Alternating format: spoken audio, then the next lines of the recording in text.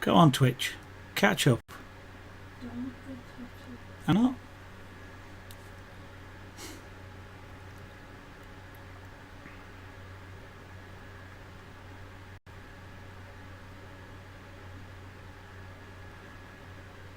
And hopefully we're back. Twitch, I'm afraid, twitched. It seemed to stop accepting my stream, and OBS I didn't drop any frames or anything. It just stopped. It reconnected okay to Twitch, and Twitch was accepting the stream. It just wasn't broadcasting it. Restarting the stream didn't do anything. Restarting the viewing windows didn't do anything for me anyway. I actually had to manually force a stop and restart on the stream. So hopefully we're back. Sorry if anybody, well, if you've gone, I'm afraid. Sorry about that. What I was going to say to iBox7, if you're still around, is that as you can see, the parallel jaws hold everything nice and cleanly there. And if I show the same thing using the normal pliers, you can see how you don't get that fastening, and rocking it slightly they have a tendency to pop out. So that's why the parallel pliers are good. I was, as I say, looking at that and going, that's too fiddly. It's okay, but it's too fiddly. So I'm wondering about doing it using not those, so we'll put those rings away. So those red ones are not working.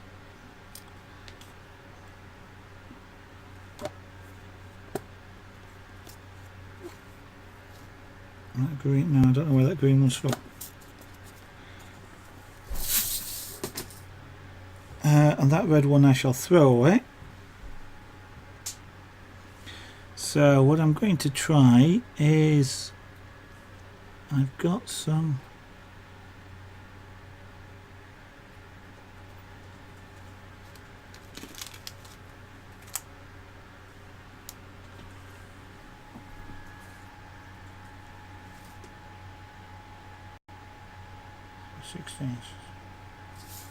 oh, I did have some red of those. Oh well.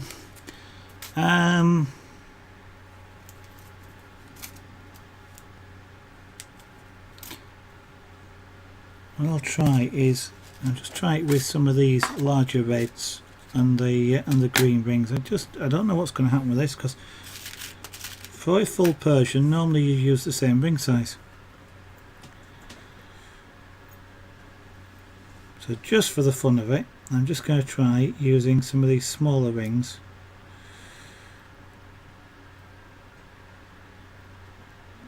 So some of these large red rings with the small green area. Let's say small green flexible rings, which I suspect isn't going to work, but I don't know. I've never tried it before.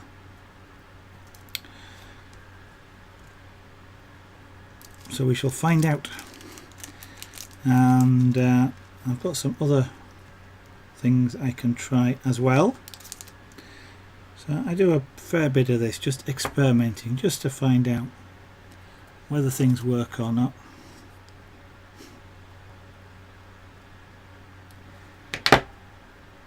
So I shall put 4 flexible green rings on here.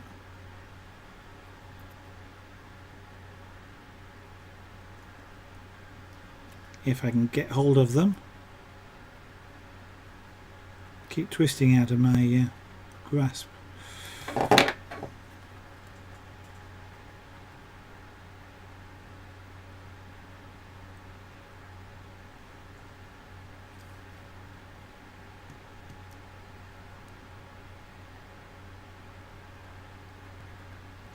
I have no idea what happens when you try and do a Persian weave with rings of different sizes.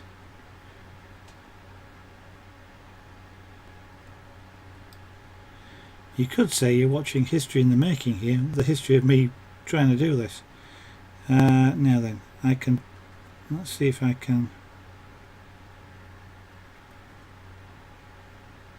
They're not going to work, so that's not going to work. Okay. It's not going to work because the rings don't, the green don't overlap themselves enough for that to work. So we know those aren't going to do it.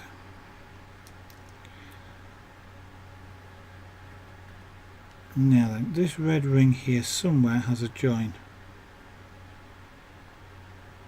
There. I can't see it, but I can feel it.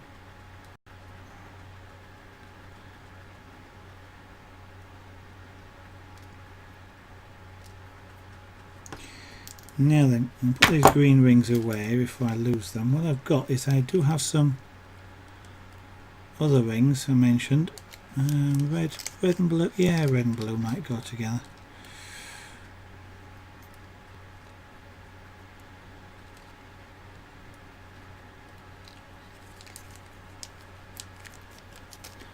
So that's there, that size, there, that size. These are 8mm. They're 6.4. They're probably going to be better. So I've got some nice sky blue ones. Leatherhorn, thank you very much. No problem. Hope to see you again on the future stream. Thank you very much for following. That was most kind of you. I look forward to seeing you again. Now these are a little bit, compared with these, they're a bit, as you can see, they're a bit thick. So again, they might not work. We'll find out.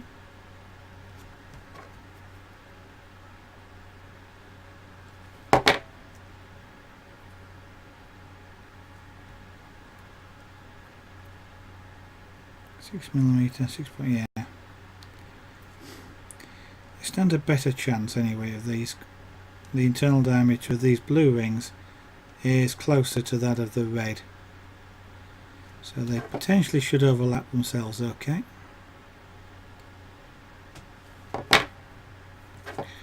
And what I should do is make sure I close that red ring correctly, because if this works I might just make a bracelet out of it, although quite whether red and sky blue go together I'm not sure.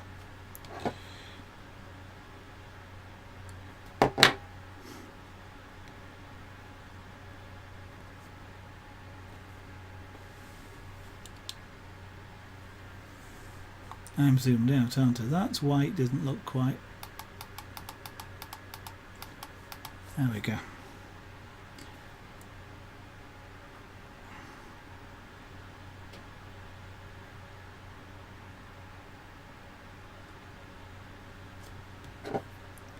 Of course, one disadvantage of the flexible rings is they don't slide against each other very easily.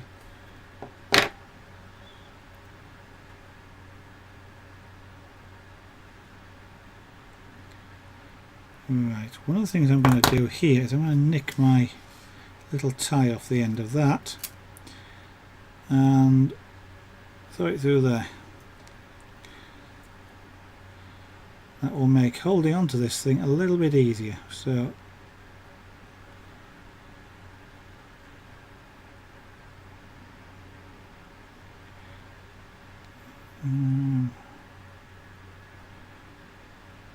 trying to just position these and then have a look and see what it looks like.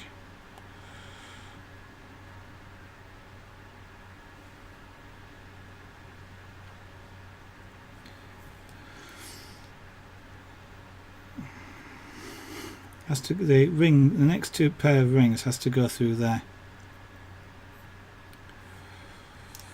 It might.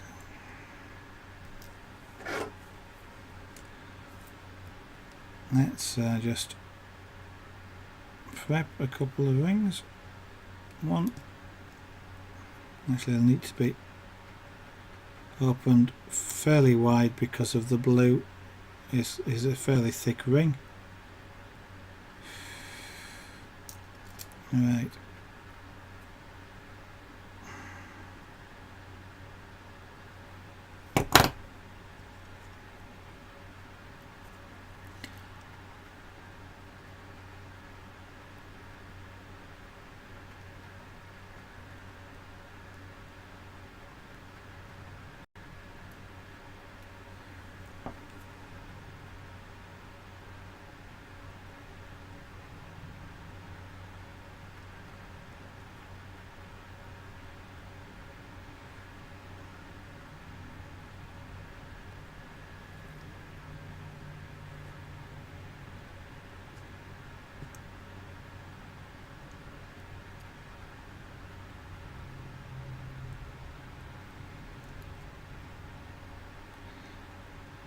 This is beginning to look like it's not going to work either.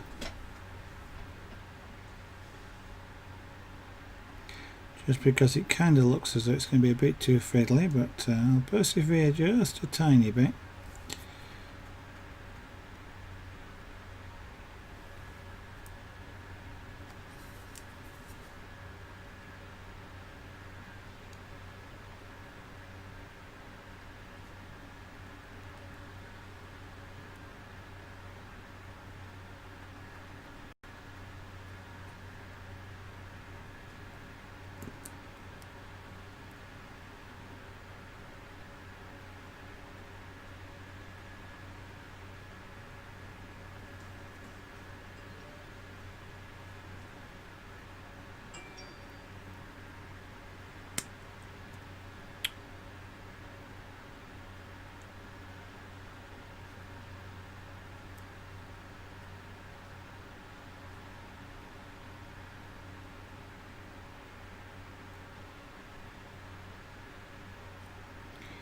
Nope, that's completely wrong.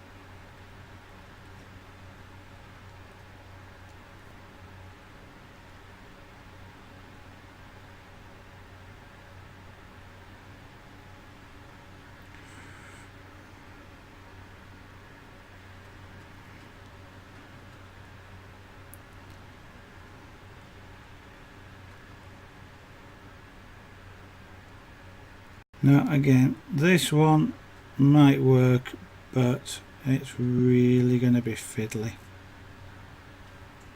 See if I can get this one ring to go through there, which I can.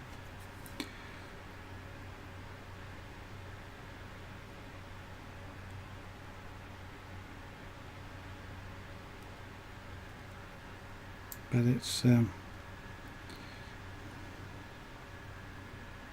nah, I don't like it. So we're not going to do that. So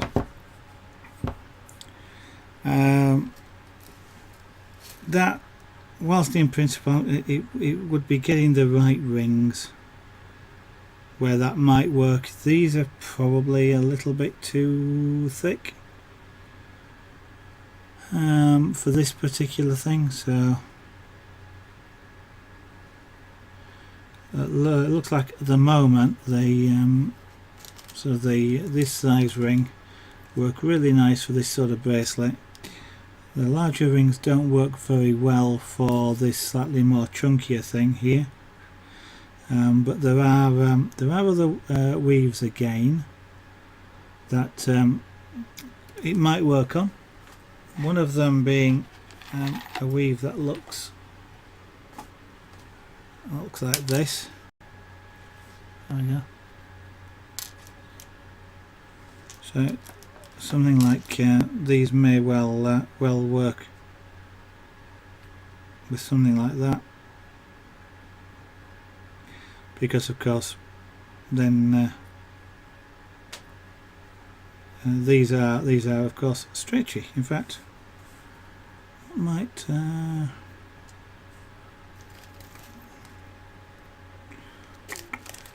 these are what, 1.63 millimeters, so that's times 3,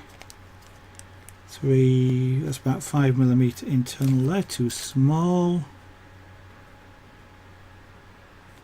There's 6 millimeter there.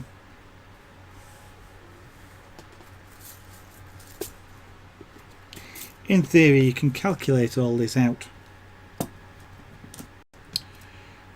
but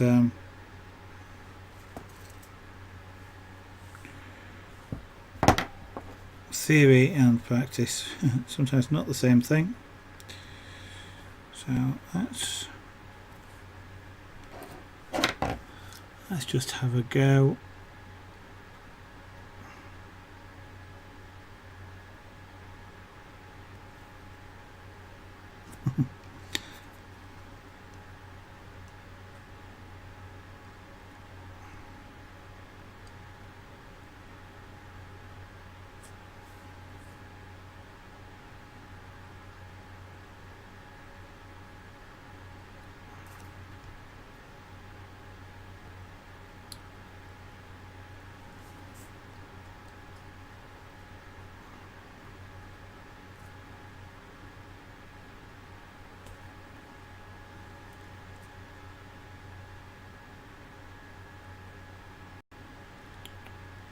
What am I trying to do here? Is okay.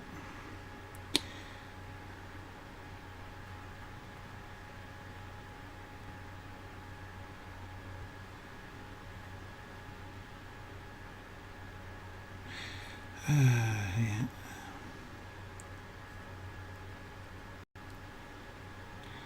What I am trying to do is, let's close around these two here.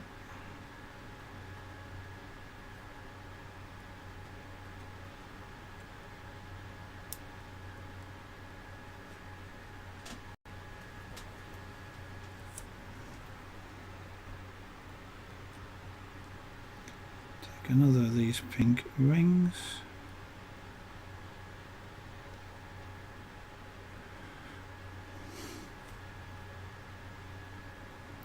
Actually, I'm taking a ring like that and I can tell whether it's going to work. No, it's not going to work, so that's the wrong size ring. They're too thick to do that with.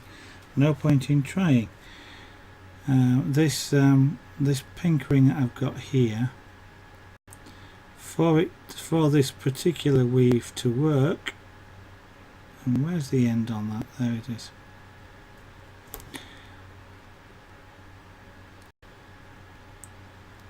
For this particular weave to work, this pink ring has to pass through the middle of that, and it doesn't. So those rings definitely wouldn't work for this.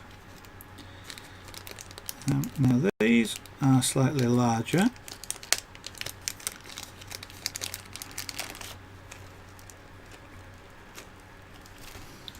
Now these pink rings do pass through the centre of here, so they might work. So we'll have a quick go at doing it with these.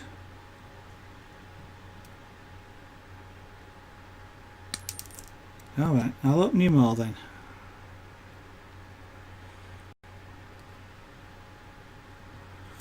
Like that, just put a closure on this. This is just all these two together.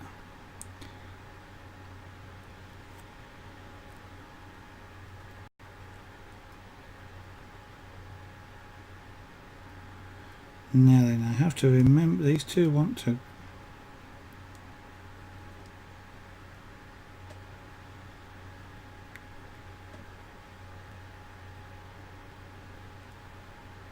I want to go something like that. So another one of these pink rings.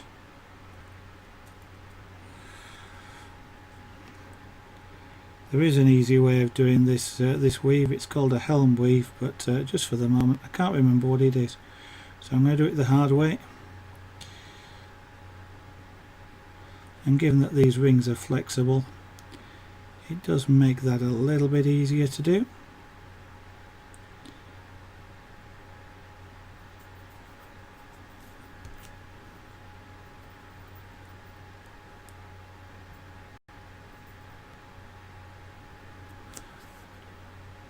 Because I can sort of cheat, at least for the moment. Then when I worked out how to do it properly, I know it'll be a bit easier.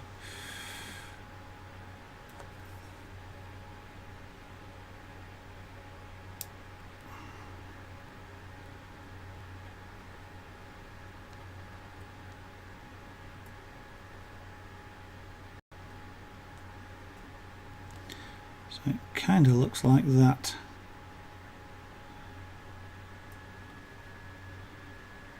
And there's no reason actually why this ring in the middle actually has to be a flexible ring. It could well be something like one of these, for example, which is a fixed metal ring.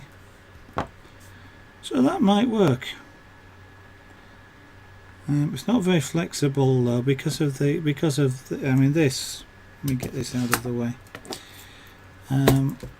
This particular necklace twists quite easily in this plate. It doesn't bend so much that way, but it does bend very easily that way. These being neoprene, bend easily that way, but don't bend so easily that way. So in actual fact these would work quite nicely, I think, or potentially these will work quite nicely as a bracelet. This doesn't, because it just doesn't bend enough to go around a bracelet. It tends to want to twist like that. Now these rings are about the same size as those, so it's almost a complement, but these will bend easily because of course they're flexible rings. So it is possible that these could be like a complementary thing to those. Not sure it looks that good, to be honest, but that was the point of this experiment, was just to look at that. Then have another one in there.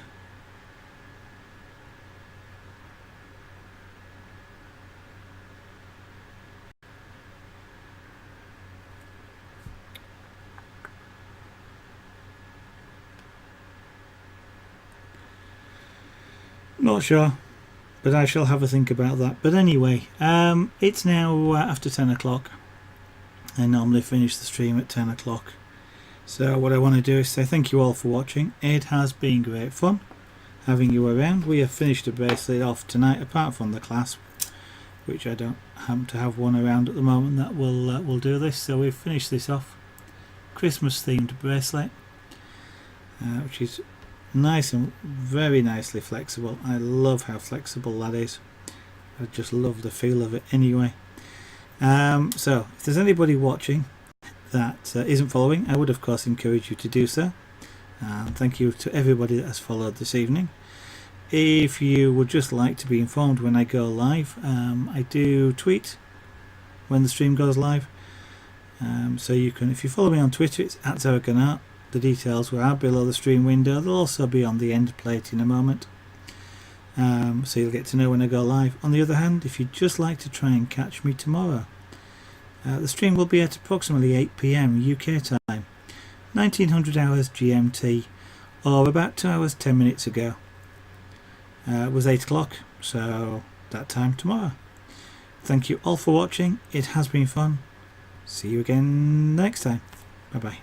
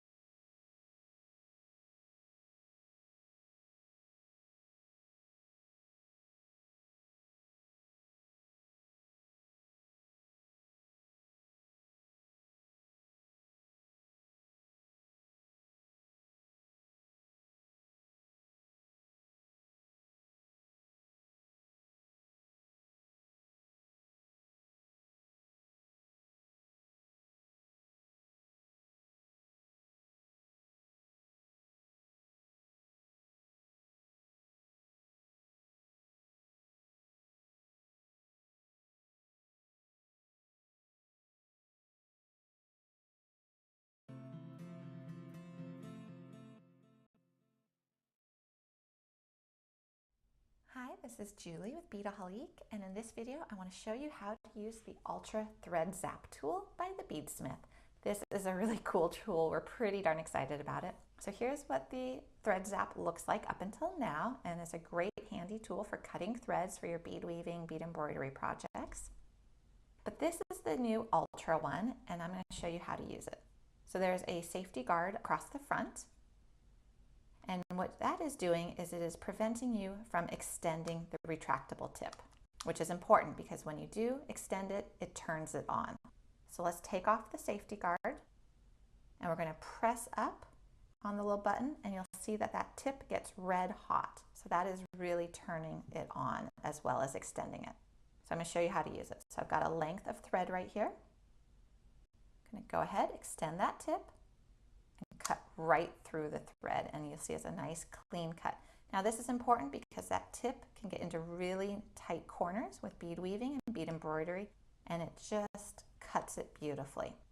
So now I want to also show you how to install the batteries and then some other cool feature about this. So let's first put on that safety guard. Always put it back on when you're done using it. So this is the battery compartment. We're going to go ahead, slide it off, and it has two AAA battery slots. Now you need to provide your own batteries, but they're really easy to just put in. So you'll just put in the batteries. And then when you turn this little cover over, there's actually a replacement tip. Now that's nice because if you've used a Thread Zap before, you know that after quite a few uses, it can get a little bit gunky. So now I'm going to show you how to replace the tip. So this is a little slot that it's in, so you're going to go ahead and grab it with a pair of chain nose pliers and pull it out of its little case. Now you're going to take out your batteries,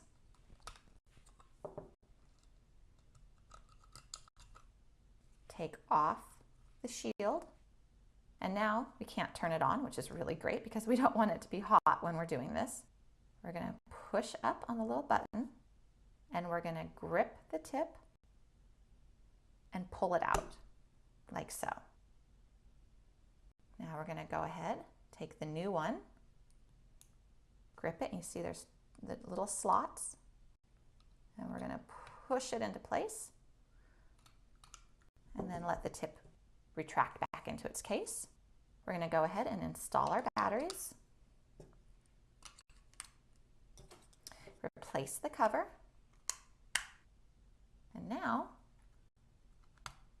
when we push up, you'll see the new tip works great. And that is how you would replace a tip. This tool, again, is called the Ultra Thread Zap, and it's by the Beadsmith, and it's available at beadaholique.com.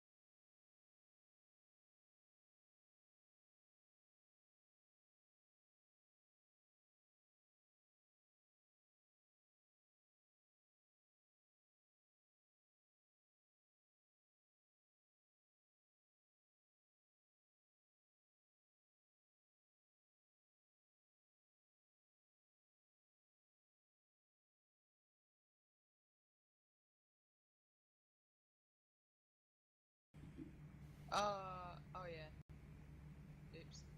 Moggy's always the one to correct us. Hang on, do you want me to just go back? No, I'm really far ahead. I used to fly Concorde in FS9, and you know, it just things you know about Concorde. I'm glad that you said I'm FS9 because I would have said